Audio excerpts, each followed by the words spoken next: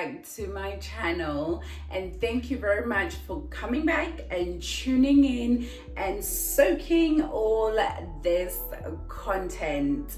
I truly appreciate your support, and to my returning subscribers, I see you, and I want to say thank you. Love, heart. Thank you so much for coming back and showing some support. I truly appreciate it. And to my new subscribers, come on in and join this family. There is plenty of room. Make yourself feel comfortable. And to someone that is stopping by and thinking, what is this channel about? Let me introduce myself. My name is Yolanda, and the name of my channel is called Yolanda S. And here I do a little bit of chit chats, mini vlogs, just mom life stuff, and snippets of my life. If you feel that you like what you hear and you like what you see, consider subscribing and joining this beautiful people family. Before I talk about the topic of my chit chat, I want to say, guys, I have decided to commit myself to being consistent going to the gym. And yesterday I went to a step class. This morning I went to a kettlebell class, and I want to say my muscles are screaming.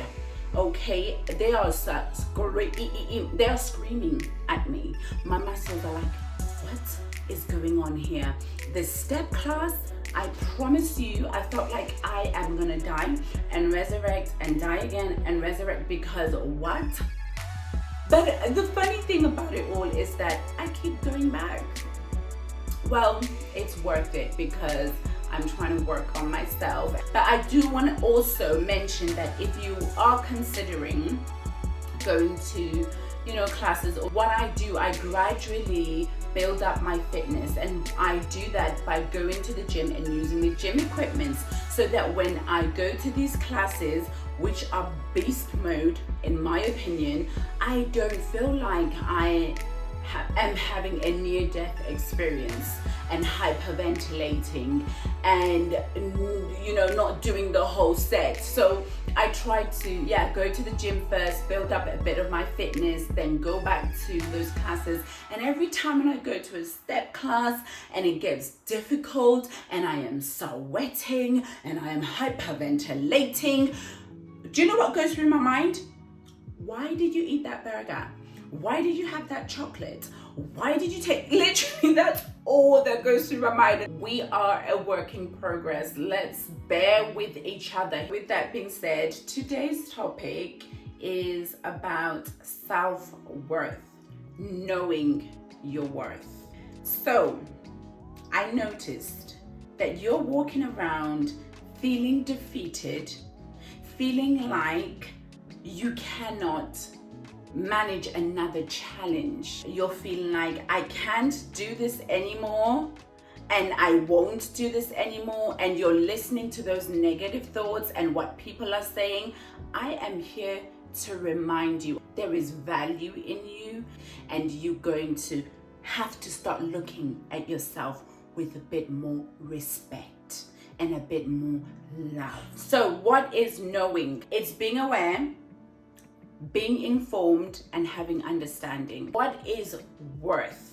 How would you define worth? The worth that I'm talking about is not monetary value, but personal value. Worth is a believing or knowing that you are deserving of love, respect, and happiness, regardless of your achievements or failures or opinions or approval of other people. Let that sink in. When you begin to understand and be aware of your worth and your value, you talk different. You look at life different. You look at challenges different. You just carry yourself different.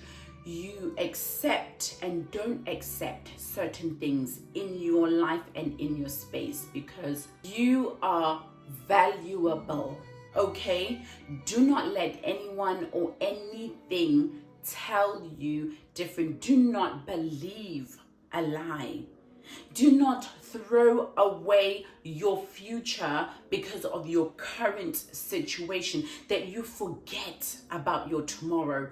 We are not doing that in 2024 and onwards. We are being accountable for our actions. We are recognizing things that we need to change, because we are not perfect, but we are not going to degrade our value or compromise our value. There's a scripture in the Bible that I came across which to me highlighted self-worth. When I read that, I was like, that is the type of self-worth I want to have. In Matthew 8, it says Jesus restores 2 demon-possessed men.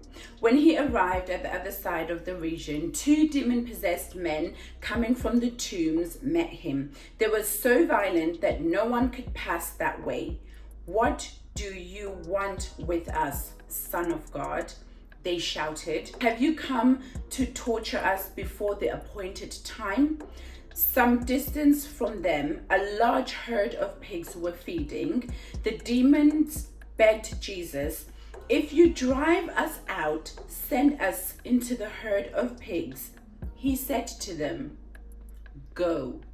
So they came out and went into the pigs, and the whole herd rushed down the steep bank into the lake and died in water. Those tending the pigs ran off, went into the town and reported all this, including what had happened to the demon-possessed men.